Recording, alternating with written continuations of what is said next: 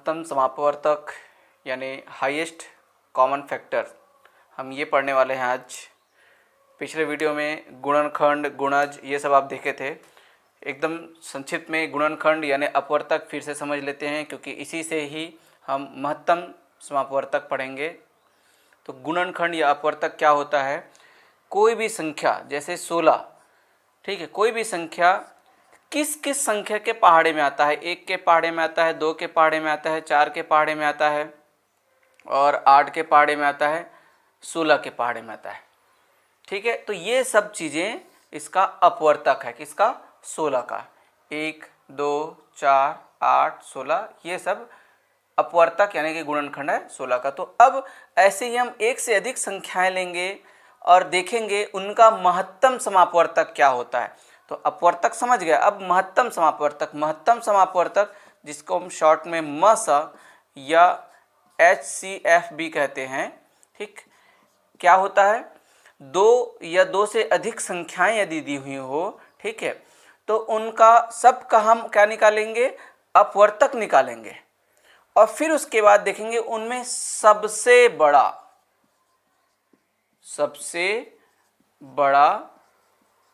समान अपवर्तक कौन सा है। ठीक है, ऐसा अपवर्तक जैसे मान लीजिए यहाँ पर 3 संख्या दिया है, 16, 12, 24, जैसे मान लीजिए 3 संख्या दिया है। तीनों का हम बारी बारी से अपवर्तक निकालेंगे। अब देखेंगे उनमें से समान संख्या कौन कौन सा है, जो इसमें भी है, इसमें भी, इसमें भी हो। अब जो जो समान है उनमें देखेंगे सबसे बड़ा कौन सा है, जो तीनों में हो, तो वही कहलाएगा मसा। ठीक है, तो आइए अब देखते हैं हम महत्तम समापवर्तक कैसे ज्ञात करते हैं। इसके ज्ञात करने की मुख्य रूप से 3 विधियां हैं। तीनों विधियों को हम बारी बारी से समझते हैं। उसमें पहला हम विधि देखते हैं अपवर्तक विधि। अपवर्तक विधि से हम ज्ञात करते हैं 3 संख्याएं हैं, 24, 36 और 60। इन तीनों संख्याओं का हमको महत्तम समापवर्तक ज्ञात करना है। सबसे पहले हम अपवर्तक विधि से ज्ञात करते हैं। तो इसके लिए बारी बारी से तीनों संख्याओं का हमको क्या ज्ञात करना पड़ेगा? अपवर्तक। 24 का अपवर्तक, 36 का और 60 का। चलिए, तीनों का अपवर्तक हमने यहाँ लिख लिया है। 24 का अपवर्तक 1, 2, 3, 4, 6, 8, 12, 24। 36 का अपवर्तक 1, 2, 3, 4, 6, 9, 12, 18, 36। और 60 का अपवर्तक है 1, 2, 3, 4, 5, 6, 10, 12, 15, 20, 30, 60। ये सब वो संख्या हैं जिनके पहाड़े में ये संख्या आता है। हमको अपवर्तक निकालना आता है, हमने सीधा अपवर्तक निकाल लिया है, लिख लिया है। अब हमको महत्तम समापवर्तक ज्ञात करने के लिए देखना है इनमें से कौन कौन सा अपवर्तक ऐसा है जो तीनों में समान हो। ठीक है, तो उनमें हम गोला लगा लेते हैं। सबसे पहले तो देखिए, 1 सब में समान है जो कि तीनों में है, 2 जो है तीनों में है, 3 तीनों में है, 4 तीनों में है। अब उसके बाद यहाँ दोनों में 6 है, यहाँ भी 6 है, तो 6 भी तीनों में हुआ। 8 यहाँ है, इन दोनों में नहीं है। 9 यहाँ है, इन दोनों में नहीं है। 10 नहीं है। 12 जो है ये तीनों में है। फिर उसके बाद यहाँ 24 है, तो 24 बाकी में नहीं है और 24 से बड़ा तो इसमें है ही नहीं, तो इसमें देखने की आवश्यकता है ही नहीं। तो ये सभी अपवर्तक जो है तीनों में है, ठीक है, 12 तक। तो उसी को हमको लिख देना है 24, 36, 60 का समान अपवर्तक। 1, 2, 3, 4, 6 और 12। अब देखें, 1 भी समान है तीनों में, 2 भी, 3 भी, 4 भी, 6 भी, लेकिन महत्तम मतलब सबसे बड़ा, तो सबसे बड़ा समान अपवर्तक क्या है? 12। उसी को लिख दें यहाँ, सबसे बड़ा समान अपवर्तक क्या है? 12। तो इसलिए 24, 36 व 60 का मसा यानी महत्तम समापवर्तक होगा 12 आंसर। तो ये है अपवर्तक विधि, जिसमें बारी बारी से तीनों का अपवर्तक निकालना है और देखना है कि कौन कौन सा समान है, और जो समान है उनमें से सबसे बड़ा कौन सा है। जो होगा सबसे बड़ा वही है उनका महत्तम समापवर्तक। अब इन्हीं संख्याओं का 24, 36 और 60 का ही हम दूसरी विधि से, ताकि हमको पता तो चले कि आंसर सेम आएगा, यानी हमारा काम बिल्कुल सही है, तो दूसरा विधि देखते हैं। तीनों विधियों में हम इन्हीं संख्याओं का इस्तेमाल करेंगे। अब बारी दूसरी विधि की।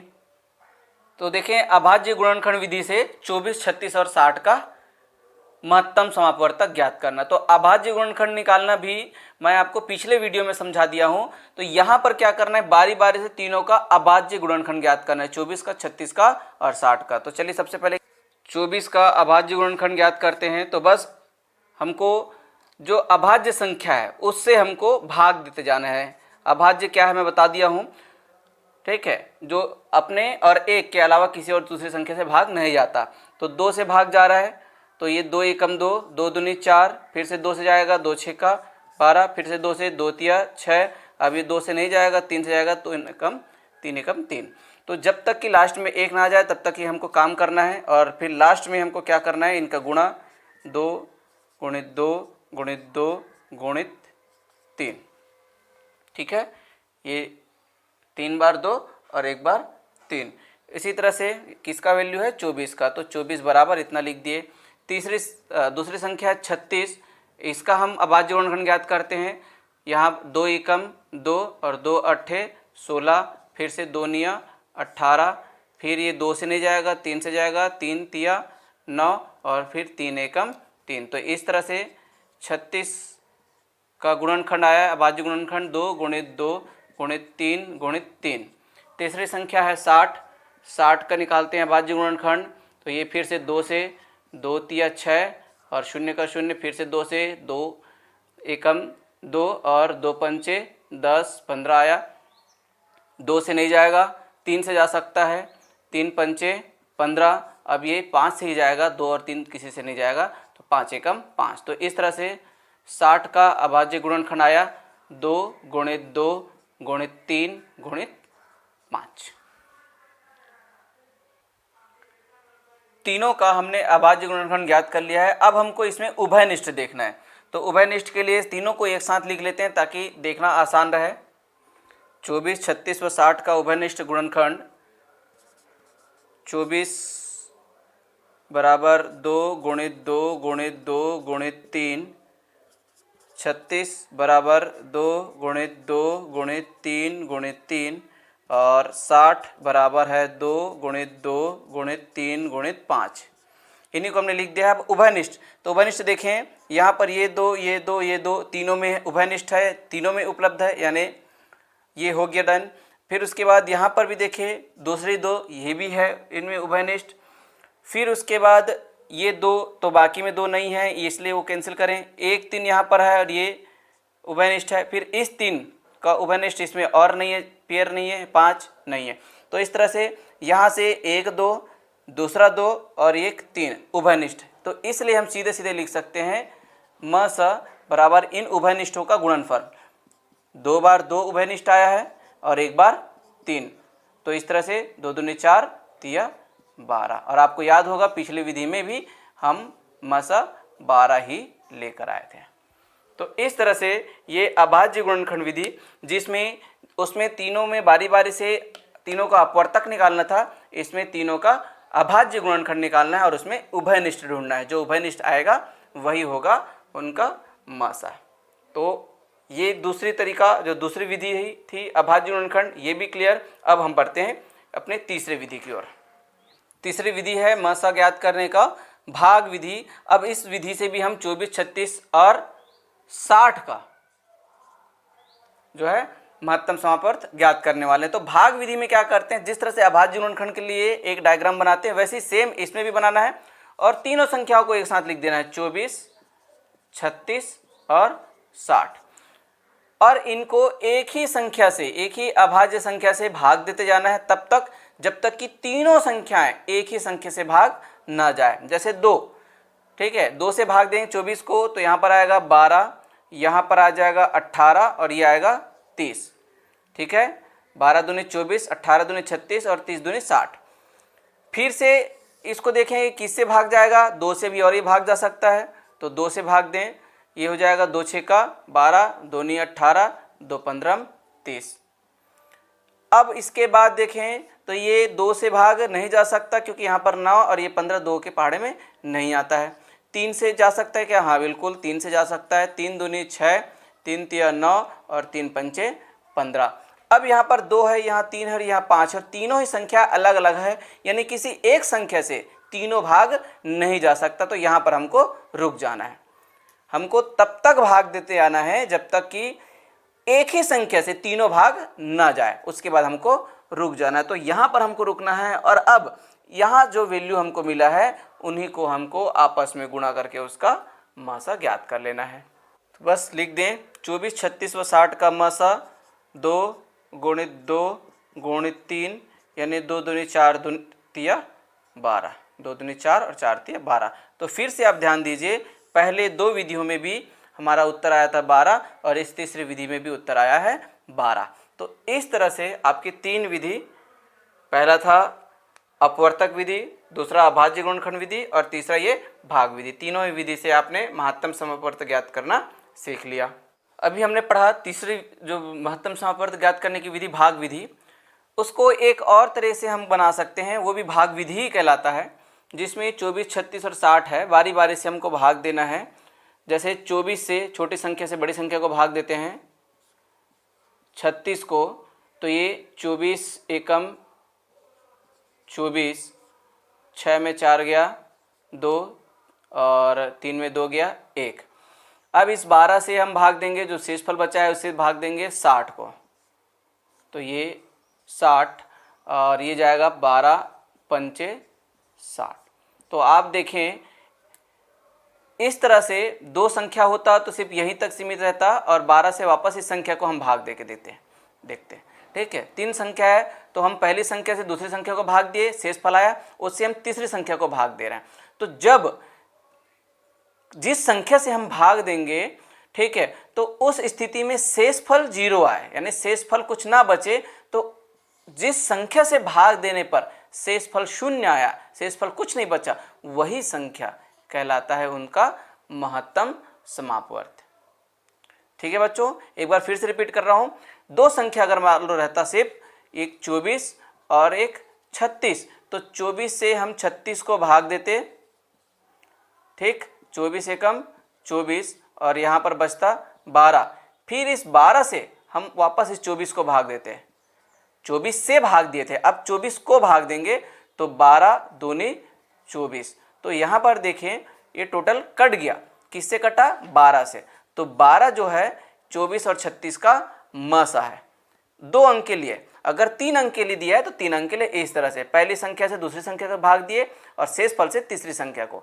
तो फिर यहाँ पर भी क्या हुआ, ये पूरी तरह से भाग चले गया, शेषफल 0 आया, यानी 12 जो इसका महत्तम समापवर्तक है 24, 36 और 60 का। ठीक है बच्चों, तो ये तीनों ही विधियां आपने सीख लिया है। अब हम प्रश्नावली 6.1 देखते हैं। पहला और दूसरा में सिर्फ महत्तम समापवर्तक ज्ञात करना है गुणनखंड विधि से, अभाज्य गुणनखंड विधि से और भाग विधि से। तो वो मैं आपको बता चुका हूँ, उसी तरीके से आप उसको हल करके देखेंगे, इसलिए दोबारा मैं नहीं बता रहा हूँ। लेकिन कुछ ऐसे प्रश्न है जिसमें सीधे सीधे मसा ज्ञात करने के लिए नहीं कहा गया है, ठीक है, इबारती प्रश्न टाइप से, उनको आपको समझना है और उनको हल करना है। तो वो प्रश्नावली 6.1 में 3 से आगे के सभी प्रश्न है। तीसरा प्रश्न है, दो क्रमागत संख्याओं का मसा क्या होगा? तो इसका जो उत्तर है वो है 1। आप हल करके देख लें, कोई भी दो क्रमागत संख्या जैसे 5 और 6, और 5 और 6 का मसा आएगा 1। 7 और 8, 10 और 11, 15 और 16, कोई भी दो संख्या लगातार संख्या ले लें तो उनका मसा आएगा 1। क्यों? क्योंकि उनका जब हम गुणनखंड निकालेंगे तो उनका गुणनखंड में सिर्फ एक ही रहेगा जो उभयनिष्ठ होगा, उसके अलावा और कोई भी दूसरी संख्या नहीं रहते इसमें उभयनिष्ठ, इसलिए उनका जो मस आएगा वो होगा 1। याद रखें। तो इस शब्द को ध्यान रखिए, लाइन को, दो क्रमागत संख्याओं का मसा क्या होगा? तो 1 होगा, इस चीज को। उसी तरह से कई बार ऐसा होता है जैसे 12 और 24 का मसा ज्ञात करना है, तो ऐसी स्थिति में यदि 12 से 24 पूरा पूरा भाग चला जाता है, 12 से 24, क्योंकि 12 दूनी 24 पूरा पूरा भाग चले जा रहा है, तो 12 ही क्या होगा? मसा होगा। याद रखेंगे आप लोग, कोई भी दो संख्याओं का महत्तम समापवर्तक ज्ञात करना है तो यदि छोटी संख्या से बड़ी संख्या पूर्ण रूप से भाग चले जाता है तो छोटी संख्या ही उसका मसा कहलाएगा। और कोई भी आप उदाहरण देख लीजिए, 30 और 90, 30 से 90 पूरा पूरा भाग चले जाता है तो 30 और 90 का मसा 30 ही होगा। ठीक है, आप किसी भी तरह से और एग्जाम्पल देख लीजिए। तो ये दो चीज़ें आप याद रखें, दो नियम। पहला कि क्रमागत संख्याओं का मसा होता है 1, और ऐसी दो संख्याएं, ठीक, जिसमें छोटी संख्या से बड़ी संख्या पूर्ण रूप से भाग जाता हो तो छोटी संख्या ही उसका मसा होता है। आइए इसी क्रम में देखें 6वां नंबर प्रश्न। वह बड़ी से बड़ी संख्या ज्ञात कीजिए जिससे 389, 436 और 542 को भाग देने पर क्रमशः 4, 7 और 3 शेष बचे। ठीक है, तो अब हमको इसमें स्पष्ट नहीं कहा गया है कि इसमें मसा ज्ञात करना है कि क्या करना है, पर हमको समझना है इसमें मसा ज्ञात करने से ही ये हल निकल आएगा। अब करना क्या है, तो अधिकांश प्रश्न में यहाँ जो संख्या दी हुई है उनका मसा ज्ञात करने से हल निकल जाता है। जैसे इस क्वेश्चन में यदि सीधे सीधे ये दिया रहता कि वह बड़ी से बड़ी संख्या ज्ञात कीजिए जिससे इनको भाग दे, तीनों को पूरी तरह से भाग दिया जा सके, अगर ऐसा क्वेश्चन होता तो हम कर लेते, लेकिन यहाँ शेष फल की बात कहा गया है तो हम थोड़ा सा काम एक्स्ट्रा करेंगे, नए संख्या पहले प्राप्त करेंगे, 4, 7 और 3 शेष ना बचे ऐसा। तो हमें क्या करना है इसका उत्तर ज्ञात करने के लिए, सबसे पहले चूंकि 389, 436 और 542 को उस संख्या से भाग देने पर 4, 7 और 3 शेष बचता है, इसलिए उस संख्या से पूर्ण रूप से भाग जाने वाली संख्याएं क्या होंगी, तो जाहिर सी बात है 389 ऋण 4, चूंकि शेष बचता है तो हम वो पहले ही घटा दें तो नया संख्या मिल जाएगा जो कि पूर्ण रूप से भाग जाएगा, तो ये हो जाएगा। उसी तरह से दूसरी संख्या है 436, तो 436 में शेष बचता है 7, तो 7 घटा दें 436 में तो ये बन जाएगा 16 में 7 गया 9, और यहाँ से 1 हासिल गया था तो 2 उधर गया था और ये 429। तीसरी संख्या है 542, और इसमें शेष कितना बचता है, 3 शेष बचता है, तो 3 घटा दें तो ये हो जाएगा 539। तो ये 3 नई संख्याएं अब हमको मिल गया, 385, 429 और 539। इन तीनों संख्याओं का सिर्फ मस हमको ज्ञात करना है और तीनों का मस ज्ञात करते ही वही संख्या हमको मिल जाएगा जो इसमें पूछा गया है।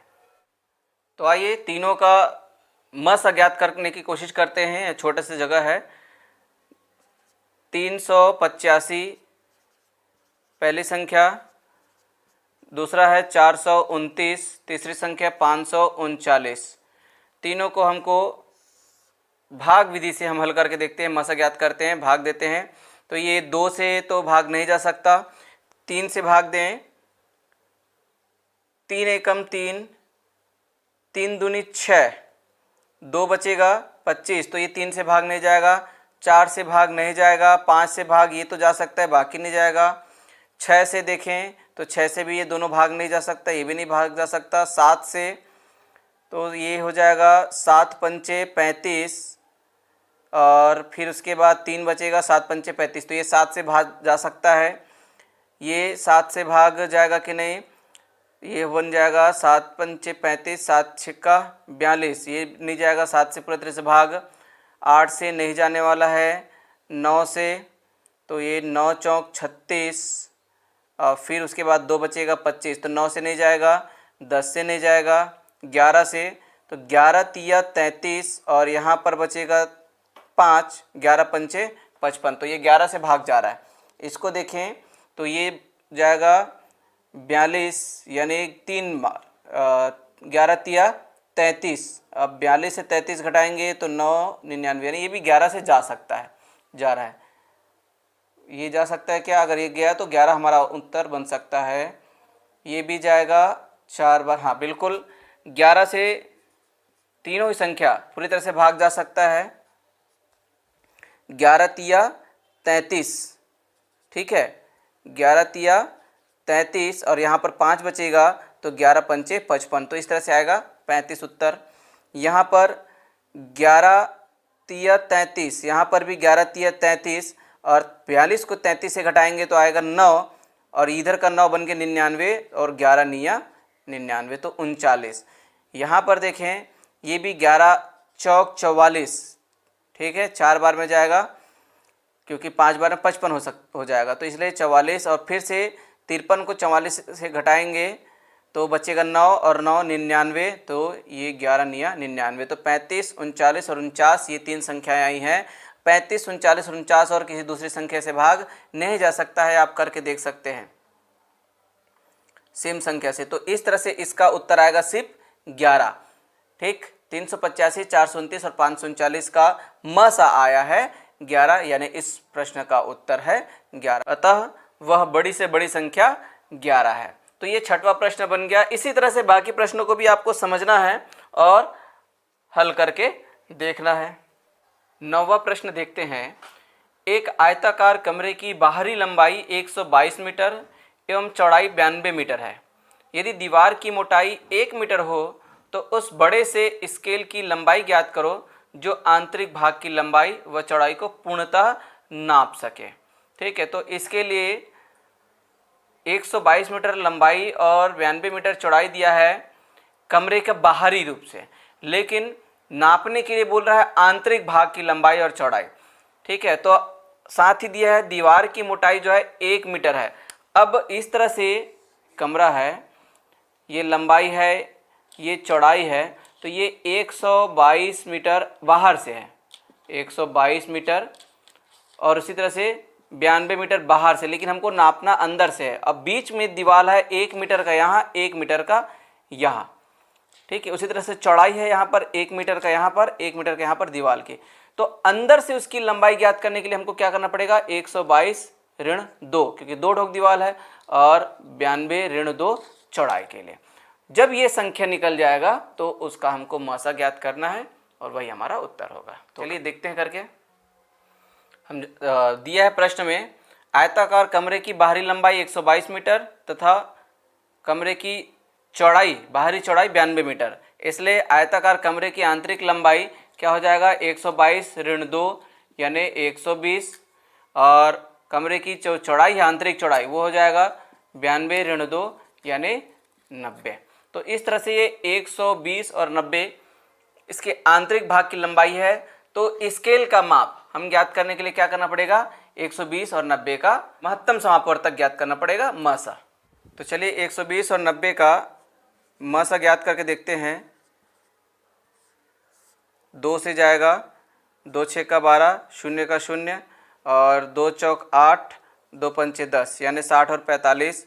फिर से 2 से जाएगा, नहीं 2 से नहीं जा सकता, 3 से जाएगा, तो ये हो जाएगा 3 दूनी 6, 0 का 0, 3 एकम 3, 3 पंचे 15 यानी 20 और 15। फिर से 2 से नहीं जा सकता है और 3 से भी नहीं जा सकता, ये जाएगा 5 से, 5 चौक 20 और 5 दिया 15। अब इसके बाद ये 4 और ये 3 है, यानी दोनों संख्या किसी भी एक से संख्या से भाग नहीं जा सकता, ना तो 2 से, ना 3 से, ना 4 से, किसी संख्या से भाग दोनों संख्या नहीं जा सकता। तो यहीं पर हम इसको छोड़ देंगे और ये हो जाएगा 2 गुणित 3 गुणित 5, 2 तिया 6, 6 पंचे 30।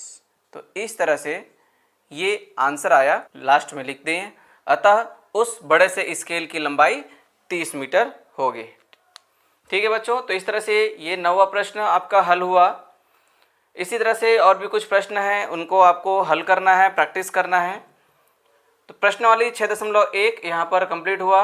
अब हम मिलते हैं प्रश्नावली 6.2 के लिए नेक्स्ट वीडियो में। बाय बच्चों।